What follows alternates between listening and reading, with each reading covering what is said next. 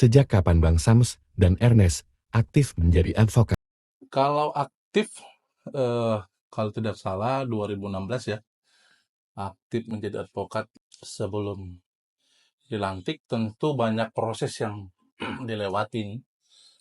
Kalau saya mulai profesi aktif itu sejak selesai sarjana hukum sama ya, ngambil PKPA, kemudian ujian disumpah itu 2016. Saya sudah mulai aktif itu. Alasan menjadi advokat, karena apa? Saya memilih menjadi pengacara ini karena berawal dari keluarga ya, karena saya lihat eh, waktu itu ada masalah keluarga, namun eh, kurang bisa diselesaikan gitu. Karena belum punya ini ya. Ada masalah hukum karena kita nggak paham. Jadi ya mungkin keluarga ada yang ditipu juga. Jadi dari situ saya punya pemikiran saya harus tahu hukum nih gitu. Jadi sejak kuliah saya mantapkan ambil fakultas hukum. Mungkin hampir sama ya. Awalnya saya punya cita-cita seorang polisi, Bang. Tapi entah kenapa yang Polisi. saya lamar bukan polisi, tapi tentara. Hmm. Mama saya itu lebih senang saya sebagai pengacara dengan tujuan agar saya bisa banyak membantu orang. Bahkan memang saya sudah aktif secara tidak langsung di dalam perkuliahan. Saya sudah aktif menjadi pendamping-pendamping masyarakat. Dan bahkan jauh lagi kita lihat sebenarnya sejak kecil pun ternyata memang kalau saya sadari saya punya Udah ada bakat ya. sudah ada bakat karena sering mendampingin teman yang berkelahi, mempertanyakan kenapa kamu bisa berkelahi. Mungkin ya orang tua melihat di situlah. Jadi memang lebih bagus jadi pengacara dia bilang.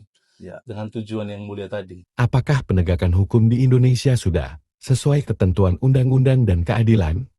Ya, kalau pandangan saya pribadi sebagai advokat yang sudah menjalani profesi ini kurang lebih 5 tahun ya, 5 tahun, 6 tahun. Memang situasi hukum di Indonesia ini perlu perhatian khusus. Undang-undangnya sudah baik, namun terkadang oknum yang menjalanin penegakan hukum itu sendiri tidak sedikit yang melenceng dalam penegakannya. Jadi secara umum masih harus banyak yang diperbaiki dari sistem penegakan hukumnya ya. Artinya oknum-oknum Bang ya? Oknum-oknum. Nah, itu yang terjadi di masyarakat. Masyarakat sendiri pasti merasakan. Contoh ya dalam penegakan hukum nih. Kalau kita ditanya bagaimana pandangan kita tentang penegakan hukum, di samping kita yang menjalani sendiri sebagai profesi advokat, kita sering tanya masyarakat nih kendalanya apa gitu. Jadi mereka itu banyak yang mengeluh simpel saja, contoh kayak laporan polisi. Mereka ada di kemalingan atau hal-hal kecil lah, misalnya laporan penipuan, tapi itu prosesnya lama sekali. Kadang tidak ada perkembangan sebagainya gitu kan. Seperti tidak ada respon begitu Seperti Bang. tidak direspon, nunggu ditanya dulu. Jadi ini info-info yang dari masyarakat gitu kan. Jadi kita melihatnya kok ini jelas KUHP-nya apa namanya undang-undangnya jelas, tata caranya jelas gitu kan, tapi dalam pelaksanaannya teknis pelaksanaannya banyak keluhan dari masyarakat. Ini yang kita perlu cermati sebagai sesama aparat penegak hukum. Alangkah baiknya semua itu ya kembali lagi sesuai prosedur tata beracaranya gitu ya. Jadi tidak saling menunggu apa namanya masyarakat jadi banyak keluhan gitu, laporan saya kok nggak diproses sebagainya gitu. Ada lagi yang mengeluh harus bayar dulu. Nah, ini kita tidak dalam rangka menuduh siapapun, tapi memang inilah keluhan masyarakat. Bahkan kita sendiri sebagai advokat Bang nih sering banget mendapat keluhan seperti itu. Bagaimana Pak? Apa saya harus bayar lagi nih atau bagaimana? Kita juga kadang miris dilema juga. Bang ya, Dilema, miris juga satu sisi gitu kan. Jadi menurut saya kalau ditanya secara pribadi pandangan hukum di Indonesia ini masih secara umum tuh masih banyak yang perlu diperbaiki, terkhusus aparat penegak hukumnya sendiri. Kalau Bang Sam bagaimana tuh? Ya, sebagai pengacara ini menjalankan profesi yang mulia ini tentu memang permasalahan kita sama kok. Hmm. Jadi kalau kita belajar di hukum kan semua di undang-undang kan tercatat dan ya tertulis lah, tinggal hanya bagaimana mengaplikasikan atau mengimplementasikan ya apa yang dimaksud dengan undang-undangan tadi ya. Cuman ya dilema kita begitu. Kita dibenturkan dengan kepentingan-kepentingan yang kita pikir sama sekali tidak menguntungkan kita dan klien kita. Hmm. Ya contoh saja, mungkin di perkara pidana bukan rahasia umum lagi ya. Ya di perdata juga sampai sekarang sama seperti yang saya pengalaman saya secara pribadi penanganan perkara. Penanganan perkara itu di 2022 mendaftarkan sebuah gugatan, Bang. Gugatan perbuatan melawan hukum lah di Pengadilan Jakarta Barat. Ini perdata ya. Perdata, Bang. Kalau Abang kan berbicara tentang pidana. Ya, saya Ini pidana. perkara perdata. Kita mendaftarkan gugatan tersebut dengan penuh keyakinan dan percaya diri bahwa perkara ini adalah perkara sederhana dan kemudian memang proses penyelesaiannya harusnya sederhana dan tepat dan cepat gitu loh. Perkara sederhana Perkara ya. sederhananya itu. Namun yang terjadi sampai 2024 ini ada sekitar 3 atau 4 kali ditunda, Bang, hanya soal putusan. Kita nggak tahu apa kemungkinan Di balik arti ditunda-tunda itu kita nggak tahu, Bang. Cuman ya itulah. Kita sih bukan takut kita kalah atau tidak. Karena tujuan kita tidak pernah mengatakan menang atau kalah di dalam perkara. Tetapi kita mengupayakan bagaimana perkara-perkara ini sesuai dengan ketentuan undang-undang. Nah, menurut saya di perkara itu, seharusnya perkara itu sudah diputuskan. Bahkan ketika kita konfirmasi, ya ada aja alasan. Ada hakimnya keluar kota lah. Ada ada hakimnya yang belum masuk lah. Ya sebenarnya kan itu tidak boleh menjadi alasan pembenaran ya. Terkait dengan proses hukum yang terjadi. Karena memang kita merasa buta di ruang terang, Bang, menghadapi perkara ini. Advokat itu dipaksa dengan kondisi itu. Ya, apalagi sebenarnya banyak yang saya dengar keluhan, bukan keluhan, tapi ketika kita berkomunikasi sama advokat atau pengacara, banyak yang kita dengar, mereka bilang bahwa nanti kalau kita lawan oknum-oknum di pengadilan itu, nanti kita ditandai dan tanda kutip gitu loh. Takut ya. Jadi ketika ditandai perkara-perkara yang masuk atas kantor hukumnya, ya menjadi terkendala atau ya pasti menemukan hal-hal yang di luar dari dugaan kita. Ya, tapi menurut saya, bagi saya sebenarnya ini yang harus kita lawan. Agar apa? Agar penegakan hukum di Indonesia itu berjalan sesuai dengan ketentuan undang-undang itu. Memang tidak semudah membalikkan telapak tangan, tapi kita sampai saat ini berjuang kok, Bang. Ya bagi saya pribadi, saya harus siap untuk dibenci oknum-oknum yang kalau saya bilang pelanggar-pelanggar konstitusi itu. Saya harus siap dibenci, saya siap dibenci, dan saya nggak peduli dengan hal itu. Ya karena memang yang saya wakili adalah orang-orang yang haknya perlu dilindungi dan diperjuangkan. Ya kan? Jadi memang ya berharaplah supaya sistem penegakan hukum ini adalah orang-orang kayak kita ini. Ya kita ini kompak lah. Pengacara-pengacara kompak untuk melawan dan menolak praktik-praktik apapun itu yang mempengaruhi terkait dengan keputusan-keputusan baik dari tingkat di kepolisian mungkin ya Bang ya, di pengadilan atau dimanapun. Ya ini adalah upaya bagaimana agar penegak hukum di Indonesia itu berjalan dengan baik dan bermanfaat bagi masyarakat. Apa saja yang menjadi tantangan selama menjalani profesi advokat ini? Kalau tantangan ini banyak ya, selama kita menjadi advokat ini memang tantangan itu kita tuh sangat diuji dalam berbagai kasus yang kita tangani, perkara yang kita tangani, itu juga menjadi tantangan kita ya selama menjalani profesi advokat. Tantangan itu apa aja? Tantangan ini bisa dari internal, bisa dari eksternal. Dari internal ini bisa dari klien kita sendiri nih.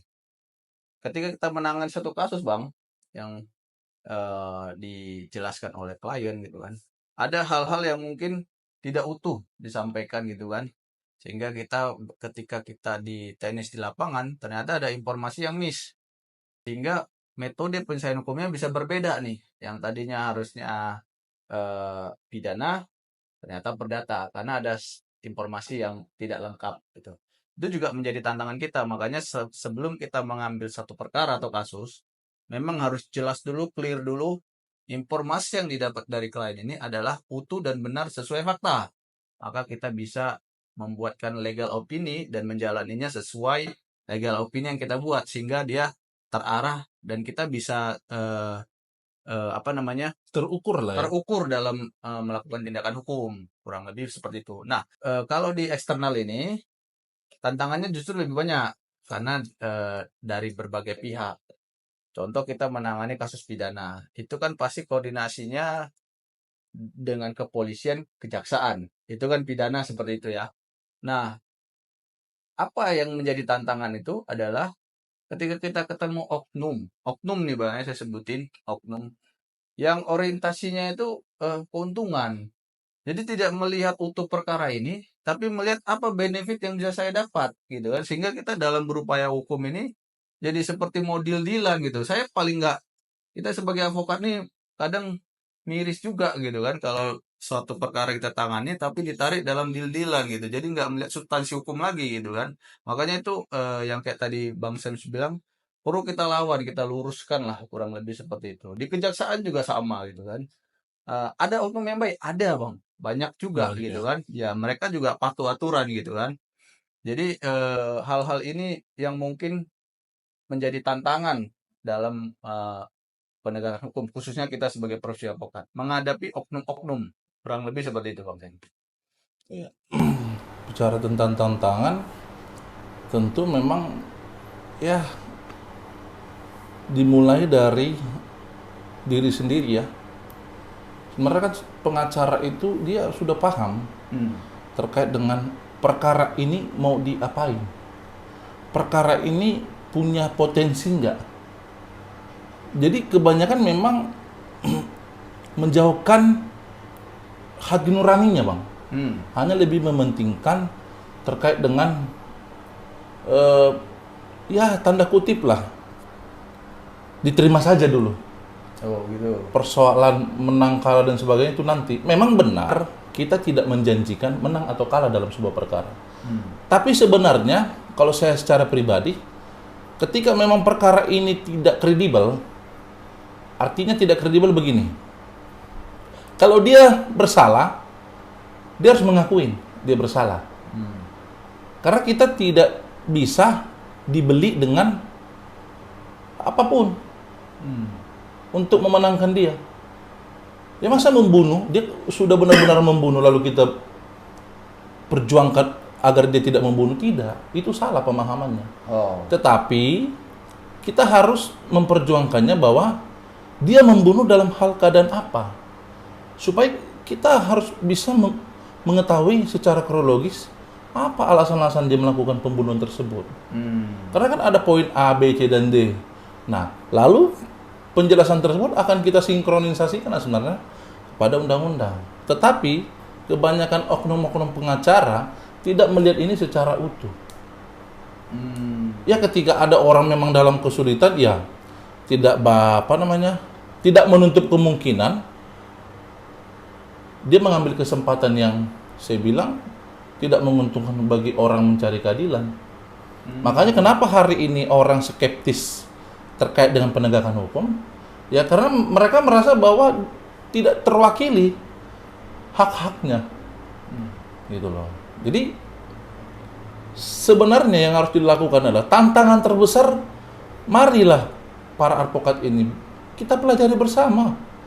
Kita identifikasi perkara itu, kita analisa perkara itu. Ya. Apa kemudian yang bisa kita perjuangkan dari perkara itu, lalu kita simulasikan sebelum kita maju kepada upaya-upaya hukum selanjutnya. Karena begini, sedangkan yang benar saja kita dipertanyakan di proses upaya hukum. Apalagi kalau kita tidak benar, bagaimana kita memperjuangkan itu? Jadi ibaratkan punya fondasi lah. Ya, fondasi. Tantangannya adalah bagaimana menyiapkan fondasi. Kita harus mengupayakan bagaimana marwah dan fitrah penegak hukum dan undang-undang sinkron.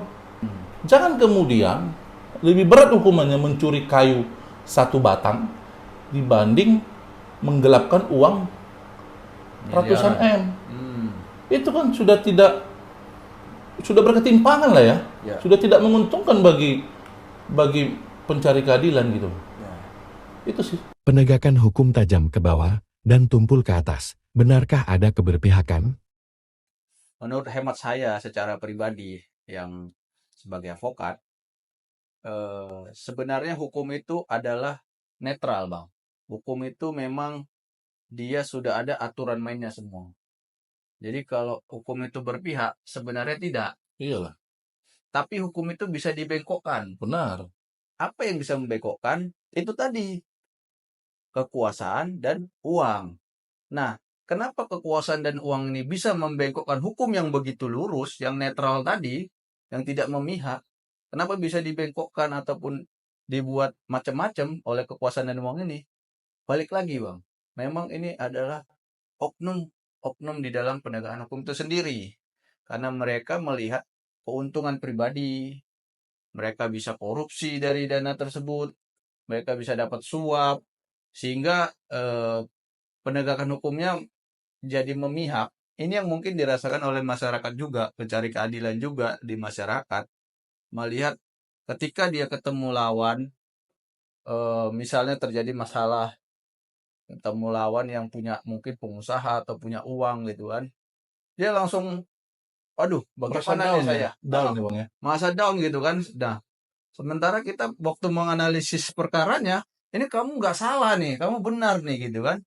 Tapi kita tanya klien tetap juga dia merasa lawan saya ini si A, si B punya ini. Nah, kurang lebih masyarakat mungkin paham lah ya apa yang dimaksud punya segala sesuatu. Itu yang tadi kekuasaan dan uang tadi. Sehingga penegakan hukumnya akan memihak kepada orang yang punya kekuasaan dan uang tadi. Sehingga pencari keadilan ini merasa tidak mendapatkan keadilan. Kenapa? Karena dia di posisi yang benar, dia posisi terjolimin, tapi ya begitu. Putusannya nanti misalnya masuk sidang nih, putusannya juga dia dinyatakan bersalah. Ataupun nanti dalam perkara pidana nih, yang malah dia bukan pelaku jadi tersangka gitu kan. Nah ini yang bisa bolak-balik ini karena tadi itu kekuasaan dan uang. Tapi kalau ditanya hukum itu apakah memihak, hukum itu netral. Tapi dia dibengkokkan oleh oknum, kekuasaan dan uang. Itu Bang, hemat saya Bang sebagai advokat. Nah, Kalau Bang Sam ini melihatnya seperti apa Bang? kalau saya melihatnya sebenarnya keberpihakan itu memang kepada literasi yang saya baca memang banyak sekali ya. Bagaimana penguasa dan orang-orang yang punya kekuatan di negeri ini ya bisa secara secara bebas lah menggunakan kewenangannya. Kelihatan sekali bahwa banyak perkara-perkara hukum kemudian ketika kita berhadapan dengan orang yang punya kekuasaan, maka yang paling utama adalah perkara itu mandek dalam upaya hukumnya. Itu dulu. Nanti kalau ditanya mandeknya apa, alasannya banyak.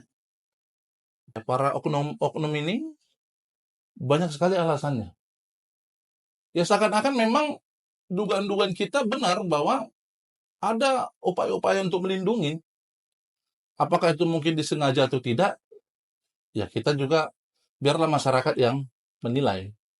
Tapi begini, lebih jauh sebenarnya mengenai terkait dengan kepentingan kekuasaan dalam penegakan hukum, memang harus ada kesadaran yang hakiki dari pemerintah. Ya, kalau memang benar bahwa fondasi dasar negaranya adalah hukum dan hukum merupakan panglima tertinggi di negara, maka harus ditegakkan. Ya kan? Jadi kalau salah dinyatakan salah, secara cepat dan tepat saja. Jadi undang-undang itu diberlakukan. Jangan berbicara tentang hak hajasi manusia, sementara dia melakukan perbuatan yang lebih kejam dari penindasan-penindasan kepada manusia. Ya kan? Ya, banyaklah kasus-kasus yang investasi saat ini Bang yang booming. Coba kita lihat Bang, adakah kemudian dalam jangka 1 tahun sejak dia dilapor polisi, sejak dia dilakukan gugatan perdata biasa atau di kepailitan, ada nggak dalam setahun bisa selesai? Karena panjang loh. Panjang. Apapun alasannya, biarlah para oknum-oknum penegak hukum yang paham. Tapi kita sebagai pengacara sebenarnya sudah tahu apa yang terjadi. Lalu memang keterbatasan kita terbentur. Jadi pengacara ini banyak orang salah mempersepsikan kalau perkara dikasih ke pengacara itu akan semakin kabur. Sebenarnya tidak, Bapak dan Ibu dan masyarakat. Tidak. Yang benar adalah kami berjuang melawan oligarki. Kepentingan yang dahsyat yang kami lawan di luar sana. Kalau hari ini kami menentang ini, maka konsekuensinya ini. Tapi saya secara pribadi, ketika ada perkara seperti ini, saya tidak akan mundur. Ya. Maju terus. Setidaknya kalaupun kalah, saya kalah terhormat. Karena tidak mungkin juga para klien-klien saya paksakan untuk merugi untuk kedua kali, baik waktu, baik dari segi dana lawyer fee-nya keluar lagi. Ya maka saya kalau di menjalankan profesi ini, saya juga tidak segan-segan untuk menolak perkara-perkara yang katakanlah kalau yang saya lihat adalah akan merugi. Jadi sebenarnya negara ini memang harus adil. Bagaimana konstitusi bisa berjalan dan bisa diawasi secara baik dan tepat. Kalau masih membiarkan oknum-oknum yang saat ini dengan secara bebas menggunakan hak dan kewenangannya,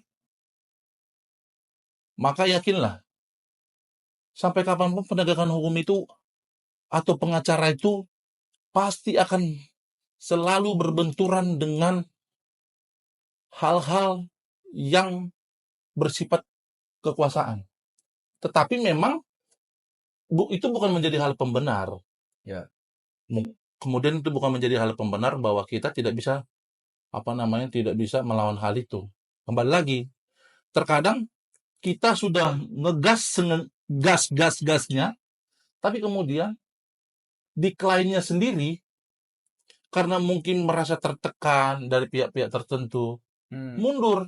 Dan bahkan tak jarang juga kita dibenturkan dengan klien sampai pada akhirnya klien itu menarik kuasa dari kita. Oh, ada gitu? Ada. Gitu loh. Memang harus dibongkar aib oknum-oknum yang menyalahkan kewenangan ini, menyalahgunakan kewenangan ini. Harus dibongkar oknum-oknum penegakan hukum yang menyalahgunakan kewenangan itu. Karena bagaimana mungkin baru berapa tahun saja menjadi penegak hukum sudah kelihatan. Apa gitu itu, Bang? Ya kelihatan lah. Ya kita nggak usah pungkiri. Kelihatan semakin bonafit. Oh, hidup mewah gitu. Hidup mewah. Oh. Hedonisme. Dari mana sumbernya? Dari mana sumbernya? Sementara kita ketahui bahwa PNS itu sendiri punya sistem gaji yang terukur dan pasti. Bisa diselidiki ya harusnya. Bisa diselidiki. Sebenarnya kalau kita mau jujur lagi kembali, sebenarnya di negeri ini yang harus lebih kaya itu adalah guru, Bang. Guru, Bang. Karena presiden sekalipun itu pernah dididik oleh guru. Tapi yang terjadi di negeri ini adalah guru yang paling miskin, Bang. Terbalik, Bang. Terbalik kan, Bang? Iya. Ya tinggal kita hanya menghadirkanlah bagaimana hati nurani ini bekerja dengan keterpanggilannya sebagai pengacara. Officium nobili tadi, Bang. Ya. Apakah benar pengacara harus nyentrik? Tanya ini menarik juga ya. Saya juga sering ditanya juga tuh oleh teman-teman. Pengacara, Bang, harus tampil nyentrik atau glamor gitu ya. Saya jawab memang ada. Memang ada, tapi jangan salah ya, pemirsa yang menonton. Banyak juga yang advokat atau pengacara itu yang dia rapi saja, simple gitu. Nggak banyak perhiasan atau apa gitu. Tapi kliennya banyak juga. Kenapa? Yang dilihat ilmunya mungkin Bang ya, cara dia menangani klien gitu. Tapi apakah pengacara itu harus nyentrik dan glamor? Menurut saya secara pribadi, bagi saya itu merupakan penampilan saja Bang. Jadi memang advokat ini ada beberapa yang ingin tampil secara kelihatan, itu dia kelihatan istilahnya lebih mapan dalam profesi advokatnya gitu. Mapan ini bisa dilihat dari apa yang dia kenakan, apa yang dia pakai sehari-hari. Mungkin dia bawa mobil mewah atau apa gitu kan. Jadi itu hanya penampilan yang mendukung pekerjaannya. Tapi advokat itu jangan dinilai dari glamor dan nyentriknya. Kenapa? Karena masyarakat harus paham juga, tidak semua yang glamor dan nyentrik itu lebih pintar atau lebih menguasai permasalahan hukum dibanding yang biasa-biasa saja mungkin penampilannya. Jadi jangan menilainya dari apa yang dia glamor atau nyentriknya. Tapi apakah itu tidak boleh? Boleh juga sebagai penampilan. Jadi itu pendapat saya. Advokat itu memang punya istilahnya dia punya kayak semacam ketertarikan sendirilah. Saya pengen keluar tuh seperti ini. Ada yang mungkin keluar biasa-biasa aja gitu kan. Nah, jadi itu kembali ke pribadi masing-masing terkait nyentrik sama glamor tadi. Menurut saya sih gitu Bang. Menarik juga Bang. Ya Abang Sam. Jadi sebenarnya terkait dengan nyentrik dan glamor itu yang perlu dipahami oleh masyarakat. Sejarah seseorang menjadi pengacara itu tidaklah gampang. Ya kan? Seperti yang saya sampaikan tadi. Kalau saya bercerita awal sampai saya menjadi pengacara, yang pertama bahwa untuk mendapatkan uang PKPA saja, kita berjuang Bang. Ya. Berjuang ke sana kemari, berjuang tanpa mengenal jam kerja. Ya kan? Konon lagi kita membaca materi-materi hukum. Sampai pada kita ikut ujian lagi, biaya lagi Bang. Pelantikan, biaya lagi Bang. Jadi sebenarnya perihal tentang nyentrik dan glamor itu persepsi saja Bang. Ya bagaimana orang menempatkan dirinya menjadi nyaman untuk dipandang orang. Nah kalau saya secara pribadi ditanya kenapa kemudian, mungkin orang melihat saya ini pakai gelang ya Bang ya. Gelang, cincin, dan jam ya katakanlah perhiasan. Saya memakai ini Bang bukan karena saya harus dilihat orang supaya wah, tidak. Tetapi kenapa kemudian saya memakai perhiasan ini? Karena saya tahu betul ketika saya menjadi calon pengacara sampai sekarang itu penuh perjuangan. Jadi ketika saya ngetik kan jari ini capek Bang, ya kan? Jadi saya menghargai sih, karena dia sudah capek menemani saya, bekerja juga untuk saya, maka saya coba untuk menghargai. Artinya memberikan apresiasi lah, bukan menghargai. Kalau cerita menghargai kan ada nominal, tidak. Ya. Tapi lebih mengapresiasi lah organ bagian tubuh saya ini. Tapi kemudian ini memperlihatkan bahwa sebenarnya bukan terkait dengan glamor. Kalau saya secara pribadi, saya sederhana. Ini kan profesi Bang, bukan pekerjaan. Oke. Tatkala kita tak punya klien, kan ada kemungkinan ya. Mungkin dalam 1 bulan, 2 bulan kita tidak punya. Kan kalau kita punya begini, misalkan kita beli perhiasan seperti ini, kalau tatkala kita tidak punya uang, kan bisa kita jual.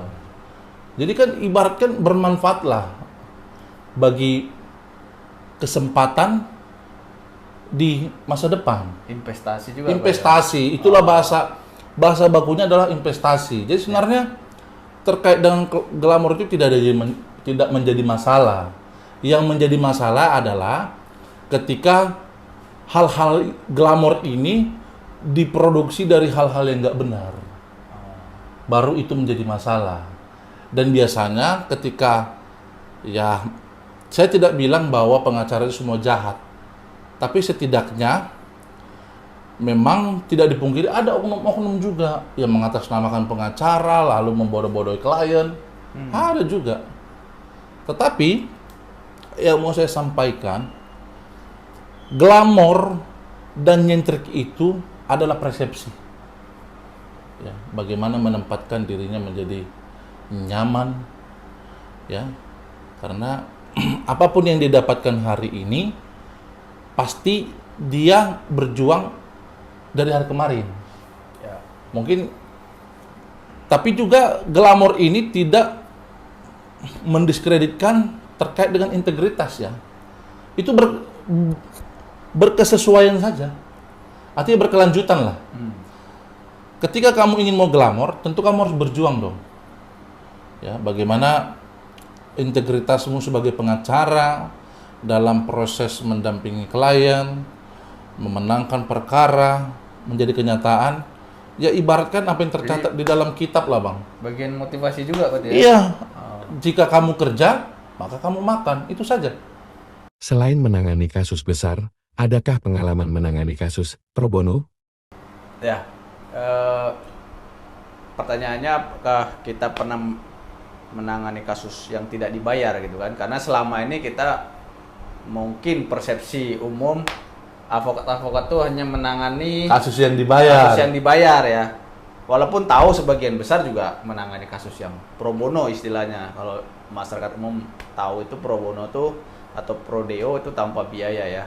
Jadi kalau kembali ke kita ya, kita ini sebagai avokat, saya sendiri dari 2016 mungkin setiap perkara yang saya tanganin itu semacam kayak seling-seling tuh Bang Sam. Iya. Berbiaya, Tidak biaya, tidak berbiaya, bahkan berbiaya, dibiayai pengacara. Bahkan ada juga yang saking klien ini datang dalam keadaan terpuruk, kondisinya juga tidak memungkinkan, jangankan dia mau bayar kita ataupun perkaranya nggak bisa bayar, malah kita yang biayain sendiri lagi. Benar. Gitu kan. Tapi kita lihat semuanya dari segala sisi, yaitu sisi perkaranya, sisi kliennya sendiri, kemudian akan mau dibawa kemana perkara ini. Kita juga harus baca kondisi kita Bang sebagai avokat. Benar. Jadi jangan sampai hanya karena nafsu kita menangani perkara sehingga kita juga tidak melihat kemampuan kita. Kenapa? Karena nanti kasihan juga klien ini. Contoh, dia udah nggak mampu nih, ya kan? Kita bantu, kita tangani. Tapi ternyata kasusnya ini juga menyangkut biaya yang besar. Nah, ini kan harus kita kaji supaya apa? Jangan sampai dengan biaya yang besar ini juga kita jadi nggak mampu. Jadi berhenti di tengah jalan. Nah, untuk mensiasat itu adalah sebelum kita menjalankan perkara orang yang tidak mampu bayar ini, kita lihat dulu range perkaranya. Kemudian kalau memang ini kita tidak sanggup, kita harus kasih investor. Kita harus bisa meyakinkan lah istilahnya. Investornya artinya ya teman kita sesama sejawat avokat gitu kan, yang memiliki biaya untuk ayo dong kita bantu orang nih. Ini ada orang yang tidak mampu datang. Jangan kita hanya melihat istilahnya klien-klien ini harus yang berduit baru kita tangani gitu kan. Jadi nggak semua seperti itu. Jadi kalau kita itu menangani perkara itu, kalau untuk yang tanpa dibayar itu mungkin ya sudah cukup banyak dan tidak bisa dijelaskan satu persatu di siaran ini. Jadi avokat itu memang adalah profesi officium nobile, seperti yang mau bilang tadi, adalah profesi yang mulia, sehingga dia juga harus mengerjakan pekerjaan yang mulia. Itu keterpanggilan juga gitu. Di samping untuk menghidupinya, maka dia menangani perkara yang berbiaya juga. Jadi harus balance kehidupannya, di samping kehidupan pribadi sama kehidupan sosialnya gitu. Itu avokat yang baik itu harus seperti itu, tidak serta-merta kalau dilihat dia kaya itu avokat yang baik, nggak begitu juga. Dilihat avokat yang mungkin pakai mobil lama, kijang lama gitu, atau cuma sepeda motor terus itu avokat nggak baik gitu kan. Jangan begitu juga kita persepsikan gitu kan. Jadi semua harus punya sisi positif lah sebagai avokat. Ini pendapat saya seperti itu. Menarik sih ya. Jadi kalau dibilang mengerjakan tugas-tugas pro bono sampai hari ini pun bahkan kita tetap mendampingi kasus-kasus pro bono. Ya sebenarnya klien itu beragam ya.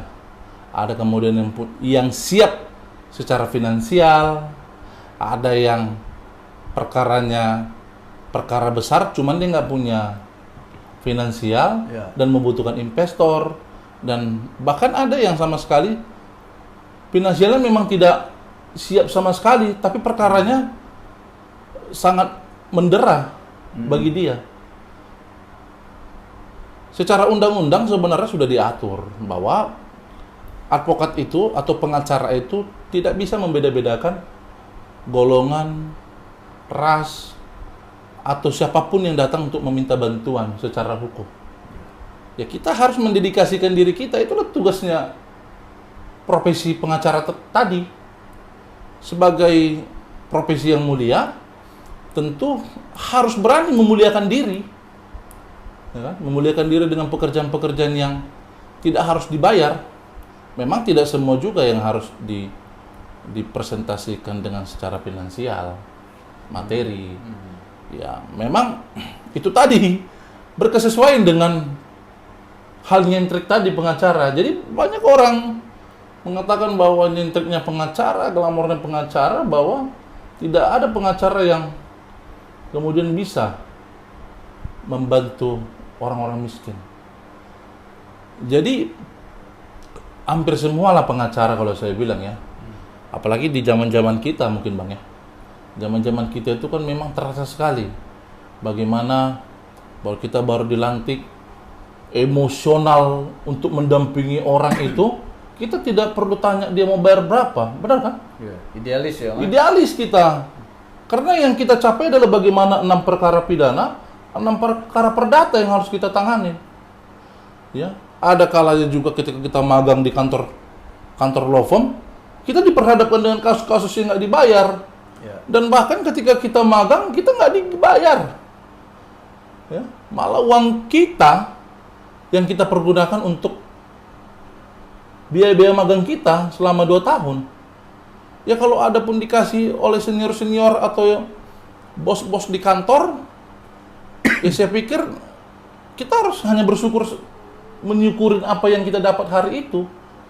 Jadi kalau ditanya, jika masih ada pertanyaan terkait dengan apakah Bang Sam dengan Bang Ernest pernah menangani perkara pro bono, ya sampai sekarang pun Bang ya, bisa dicek. Sampai sekarang. Di Jakarta Selatan kita masih menggunakan kepedulian kita, wibawa organisasi pengacara atau profesi kita untuk membantu orang. Jadi kami masih berkeyakinan bahwa kami sebagai pengacara punya hati untuk membantu orang-orang yang katakanlah punya ekonomi yang lemah. Jumlah organisasi dan pengacara banyak. Apakah ini mempengaruhi integritas pengacara dalam menjalankan profesinya? Di dunia avokat sendiri itu hari ini kalau kita lihat dengan seksama, sudah banyak organisasi avokat yang muncul. Dalam arti kalau masyarakat umum mungkin tahu namanya Peradi, ada KAI, ada AAI, itu semua banyak lagi di luar itu organisasi avokat. Sehingga avokat ini juga selain organisasinya banyak, jumlah anggotanya juga semakin banyak nih Bang. Setiap tahun atau per 6 bulan sekali ada yang disumpah, ada yang PKPA, sebagainya gitu. Nah, bagaimana dengan kualitasnya? Ini kan yang menjadi pertanyaan banyak masyarakat. Mungkin di masyarakat juga pernah menemui avokat-avokat, ya kita memang avokat, tapi kita juga menyadari ada di luar sana avokat yang mungkin ya menipu kliennya, kabur tidak menyelesaikan perkaranya, mungkin gitu kan. Nah, hal-hal ini dari mana kita juga coba memahami, karena banyaknya organisasi advokat ini dan tidak ada pengawasan terkait tingkat istilahnya ujiannya yang harusnya begitu ketat, karena organisasi ini tidak ada yang mengawasi, dia buat asal lulus saja sebagainya gitu. Sehingga yang dihasilkan juga nantinya ya kurang pemahaman hukum, kurang pengetahuan hukum, Bang, gitu kan. Jadi nggak cukup gitu, atau tanpa magang bisa Iya. lulus, dapat kartu advokat, bisa sumpah gitu kan. Nah, ini juga yang memicu keprihatinan kita sebagai advokat juga ada di sana. Kenapa? Karena kita melihat rekan-rekan kita nanti, istilahnya baik senior maupun junior, ketemu di persidangan, kita bisa lihat nih kualitasnya gitu kan, tanpa ada maksud untuk merendahkan satu dengan yang lain Iya. gitu kan. Tapi kita juga menjumpai klien yang datang ke kita adalah yang kecewa dengan advokat sebelumnya. Jadi kita tanya kenapa gitu kan, kenapa Pak gitu kan. Iya, saya ditipu nih sama advokat sebelumnya gitu kan. Karena dia bilang A, B, C, D, sementara perkara saya gini-gini terus nggak jalan, terus ditinggal saya gitu kan. Jadi eh, sangat mempengaruhi kualitas advokat itu sendiri ketika banyaknya organisasi advokat yang tumbuh tanpa diawasin. Ini juga menjadi perhatian kita, Bang, sampai saat ini gitu kan. Jadi masyarakat untuk itu eh, sebaiknya lebih selektif dalam memilih. Selektif ini masyarakat harus bijak, pintar dalam memilih advokat agar tidak mandek kasusnya. Kurang lebih seperti itu, Bang Sam. Iya. Kalau berbicara tentang jumlah pengacara dan jumlah organisasi, semakin banyak orang yang berminat sebagai pengacara, benar bagus. Artinya, bagaimana dia bisa mensosialisasikan secara bersama-sama hukum yang baik dan tepat itu seperti apa positifnya. Ya.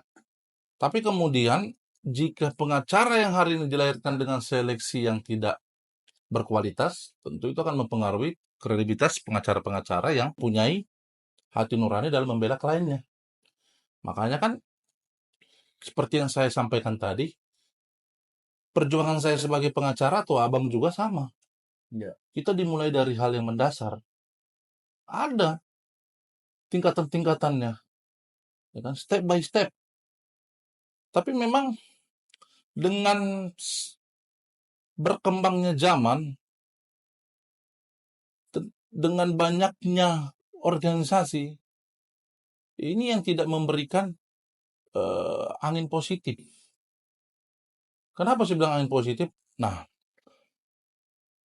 saya banyak mendengar informasi-informasi terkait dengan seleksi menjadi pengacara. Ada kemudian tidak perlu PKPA, langsung dilantik. Ya kan? Ada yang tidak perlu PKPA dan tidak dilantik, tapi dia pengacara. Ada kemudian yang belum lulus, udah dilantik. Sebenarnya yang benar itu adalah dia pertama sekali selesai sarjana hukum, lalu kemudian mengambil sekolah profesi advokat, ya, pendidikan khusus advokat, lalu kemudian dia mengikuti ujian, sembari dia ikut magang selama 2 tahun. Karena di 2 tahun inilah kita berproses mengenal apa yang namanya surat kuasa secara mendalam.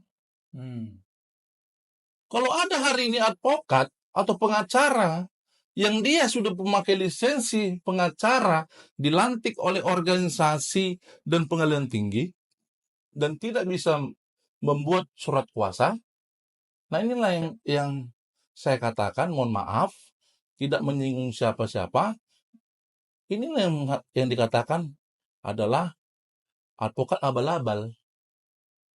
Ya kalau cuma hanya berbicara, semua orang punya potensi. Karena manusia kan diciptakan oleh pencipta untuk bisa berbicara. Ya. Mungkin bahkan yang tidak advokat lebih lancar lagi cara dia meyakinkan calon klien. Nah, ini yang heran kita. Jadi sebenarnya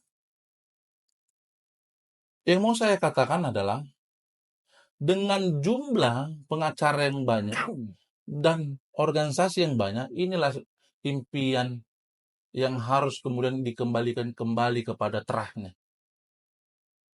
Mengembalikan menjadi single bar, ya kan?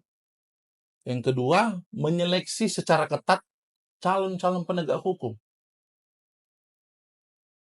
Ya. Kalau ini berjalan dengan baik, tentu bukan karena pengacara ini jadi pengacara ini bukan dunia usaha. Salah orang mengatakan bahwa ini menjadi ladang profit. Saya jujur saya bang, pengacara ini adalah profesi, benar kan? Ya. Kalau pekerjaan utama saya menjaga laundry, pengusaha laundry. Ya. Kalau itu jelas itu pekerjaan, usaha yang mendatangkan profit. Ya. Ya. Tetapi kan kalau pengacara ini kan tidak, makanya tadi kita bahas tentang apakah kita selalu mendampingi kasus-kasus hukum yang besar dan dibayar dengan lawyer fee? Tidak kan? Karena profesi advokat ini adalah kita dibentuk untuk bagaimana menegakkan konstitusi tersebut. Kita dipanggil untuk menjadi penegak hukum yang benar. Walaupun dalam catatannya tidak semua yang melakukan hal itu. Ya bisa saja kemungkinan saya juga bang. Ya. Tidak terlalu munafik juga. Tetapi untuk menjadikan penegakan hukum yang baik dan benar itu, saya sih tidak alergi dengan banyaknya advokat dan organisasi. Kalau selagi saya memang benar melakukan menjalankan profesi ini, maka saya tidak perlu khawatir dengan hal itu. Ya karena semua punya rezekinya masing-masing. Ya. Jual beli kasus, benarkah ini terjadi? Saya selama menjadi advokat juga tidak asing dengan bahasa jual beli kasus gitu kan. Karena masyarakat mungkin sebagian besar juga sudah melihat seperti itu bang ya. Artinya ada kasus yang terjadi namun bisa diputarbalikkan ataupun kasus ini menjadi berbeda ketika si yang punya perkara ini punya uang. Jadi dia misalnya merampok uang dari investasi. Saya bilang merampok ya, karena investasi bodong nih biasanya bang. Contoh saja kasus ya. Nah, harusnya kan namanya mengambil uang ini, merampok uang investasi bodong nih sudah pasti salah dong. Sudah pasti harus dihukum dong. Sudah pasti harus dikejar dong. Kan begitu. Tapi apa yang terjadi? Masyarakat juga sudah banyak yang tahu. Apalagi korban investasi itu sendiri misalnya. Yang dia lihat apa? Malah pelakunya ini, pemilik investasi ataupun pemegang sahamnya, malah aman-aman saja keluar negeri, liburan gitu kan. Atau ketika dipanggil yang datang cuma kuasa hukumnya gitu kan. Itu kenapa? Pertanyaan masyarakat gitu kan. Saya juga pernah mendampingi kasus investasi bodong gitu kan, mewakili klien yang korban gitu. Nah, melihat ini ternyata si pemegang saham tadi ya, dia tinggal bayar saja oknum penegak hukum ini kembali lagi gitu kan. Maka masyarakat melihatnya itu mungkin yang dia pahami inilah jual beli kasus gitu kan. Jadi ada kasusnya tinggal dibayar, yang berkasus nggak diproses. Kenapa? Kasusnya dia beli deh gitu, kurang lebih gitu kan. Jadi nggak diproses gitu kan. Yang terjadi apa? Masyarakat yang kecil ini, masyarakat yang baik-baik ini menjadi korban gitu kan. Nah, maka kita hari ini di siaran ini, perbincangan ini, kita tuh berbincang santai, tapi kita juga menceritakan apa yang terjadi di masyarakat dan apa yang kita alami sebagai advokat. Walaupun kita bicara santai gini pakai kaos gitu kan. Nanti ada mungkin pemirsa kita pakai jas juga ada gitu kan. Ya itulah advokat ya. Jadi hari ini kita santai, mungkin nanti bisa, tapi itu nggak jadi soal lah gitu kan. Penampilan di nomor sekian. Kalau saya pribadi gitu kan. Tapi tadi kembali lagi jual beli kasus, inilah ya harus kita upayakan untuk diberantas jual beli kasus ini. Dengan apa? Kita harus sepakati juga sesama advokat ini. Sudahlah, tidak ada lagi negosiasi-negosiasi kepada oknum. Tidak perlu lagi kita misalnya berbaik-baik hati kepada oknum yang dia dibeli misalnya oleh si pelaku kejahatan, dibeli kewenangannya, dibeli kekuasaannya untuk agar si pelaku kejahatan ini tidak diproses. Nah, sementara kita advokat yang mewakili korban ini malah berkompromi atau berbaik-baikan dengan oknum ini, saya rasa itu sudah kita hentikan saja. Mulai saat ini dan ke depan, kita lawan. Kita lawan oknum-oknum ini, mau kita jadi korban, mau jadi apapun kita, selama kita advokat dan mewakili kuasa dari klien, kita menjalankan kuasa itu dengan baik, itikat baik, kita itu sesuai undang-undang harusnya dilindungi. Dilindungi oleh undang-undang advokat. Selama kita mendampingi klien dengan itikat baik, kita harus dilindungi. Maka oknum-oknum tadi yang dibeli kewenangannya dengan arti beli kasus tadi, itu harus kita lawan. Kita lawan bagaimana? Kita proses dia secara hukum, kita laporkan dia, ya. Jangan pernah kita juga mau diajak kompromi, Benar. ya kan, dengan oknum tersebut. Sudahlah Bang, ini bisa kita atur gini. Nggak perlu lagi mulai sekarang. Kenapa? Karena ini budaya sudah sangat buruk seperti ini. Jadi harus kita hentikan gitu kan. Kalau perlu profesi kita pertaruhkan saja. Sudah, karena untuk apa lagi Bang? Kita profesi advokat gitu kan, tapi diinjak-injak oleh aparat yang mungkin sama-sama penegak hukum gitu kan. Seolah-olah kita ini nggak ada artinya gitu kan. Menurut saya upaya kita adalah, kalau saya ditanya secara pribadi, saya pertaruhkan saja profesi advokat saya. Kalau saya harus berakhir sebagai advokat dengan melawan oknum itu, ya saya berakhir saja. Saya ambil profesi lain, pekerjaan lain gitu Konsisten kan. ya. Konsisten saja gitu. Daripada kita ikut nimbrung ke situ menjadi penjahat juga gitu kan. Ngapain gitu kan. Ngapain menjadi profesi advokat kalau toh jadi penjahat juga. Saya rasa itu menurut saya yang perlu kita lakukan upaya. Konsisten dan punya integritas. Bang. Sekalipun pertaruhannya itu besar gitu. Mungkin kita juga secara satu kantor hukum ini visi misinya sama, makanya kan ketemu gitu Bang ya. Kantornya apa Bang kemarin?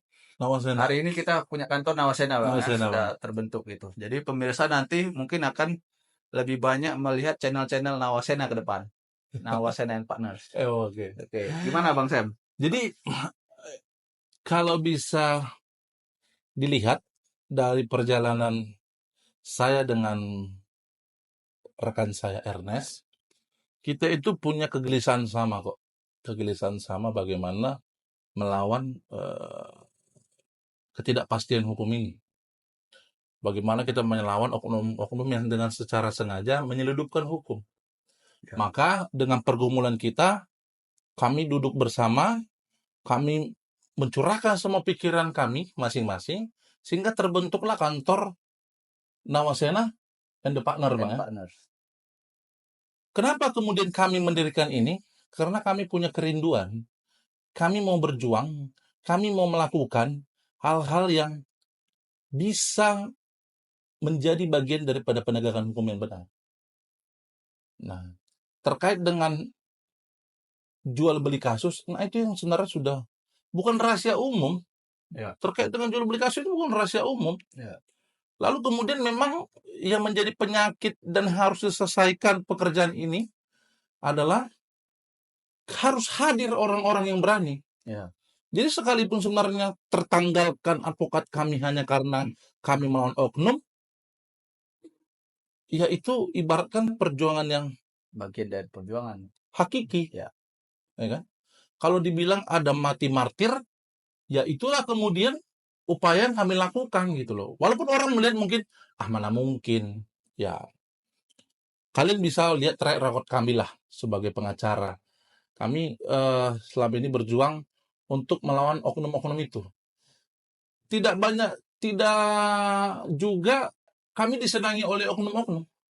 Banyak juga oknum-oknum mulai dari tingkat yang baju coklat, ya coklat tua, baju hitam, ya kan? Banyak yang membenci kami. Tapi kami tidak ada masalah dengan hal itu. Karena yang kami perjuangkan adalah bagaimana praktik-praktik yang salah ini menjadi praktik-praktik yang benar. Tetap juga ada yang suka, Bang, ya. Tetap ada yang suka. Itu, ada yang lurus. Bahkan sebenarnya begini, yang menjadi permasalahan kami adalah ketika ada oknum sesama kami, profesi kami, yang juga melanggengkan cara-cara praktik jahat tersebut. Lalu kemudian ketika kami mengkoreksi dengan hal benar, bahkan ketika video ini saja nanti, ini banyak menjadi perguncingan mungkin sesama advokat. Karena kenapa? Ya setidaknya apa yang kami sampaikan tadi, kami mencurahkan, kami memberikan informasi yang benar-benar terjadi di lapangan. Jadi sebenarnya untuk menghambat praktik-praktik, ya katakanlah praktik jual beli kasus tadi, memang organisasi harus hadir, Bang. Ya. Ketika kita dianiaya, dipersekusi secara hukum oleh oknum-oknum, kita harus hadir secara bersama-sama. Organisasi, Bang. Benar, Bang. Kita harus hadir secara bersama-sama sebagai organisasi. Kita pakai jubah kebesaran kita. Kita lawan yang merasa dirinya oligarki. Kita lawan oknum-oknum yang menyalahgunakan kewenangannya. Maka, saya yakin, Bang, kalau itu terjadi, organisasi pengacara aktif, kuat, bersinergi, dan kompak, pasti praktik-praktik yang salah tadi, oknum-oknum yang menyalahgunakan kewenangan tadi, mereka pasti bubar. Sehingga apa? Sehingga tujuan hukum di negara ini yang idealnya adalah bisa berjalan. Ya, setuju. Sebagaimana apa yang disebut dengan undang-undang. Karena kalau kita melakukan hal itu, tentu kita akan menghambat oknum-oknum yang menjual kewenangan itu, Bang. Tidak ada lagi praktik koruptor. Kita harus membangkitkan semangat, Bang, keberanian, baik mulai dari instansi pemerintah, kementerian-kementerian, ya, KPK, kepolisian, kejaksaan, Mahkamah Agung, yudikatif, ya kan? Ya. Kita harus memberikan semangat kepada mereka ini. Kita harus hadir kepada mereka ini supaya menghilangkan praktik hukum yang salah tersebut. Kita mau menegakkan hukum yang secara ideal. Walaupun kami tahu apa tantangan kami di depan, tapi setidaknya kami akan berbuat dan berjuang untuk hal itu. Ya. Jadi, video ini adalah bentuk dedikasi bagaimana kami orang-orang hukum, kami pengacara yang memiliki latar belakang ilmu hukum yang untuk melakukan pendampingan terhadap orang-orang yang mencari keadilan, kami bersuara. Ya. Kami ada untuk masyarakat.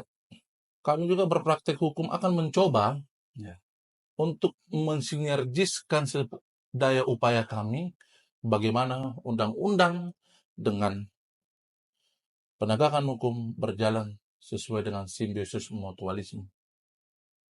Mungkin gitu, Bang? Ya. Jadi memang menarik ya, Bang, ya? Menarik, Bang. Dari beberapa pertanyaan-pertanyaan. Ya, pertanyaan-pertanyaan tadi. Pertanyaan tadi, Bang, ya. Ya. Banyak lagi yang sebenarnya masih banyak ya, Bang, ya? Dibahas, ya. Cuman memang kalau kita bahas semua, ya, mungkin di part-part yang berikutnya ya, selanjutnya ya. Tapi jika ada pertanyaan, ya jangan boleh. Juga nanti sampaikan di komentar. Ya, tapi jangan lupa juga supaya di like, support, ya kan, di komen channel ini.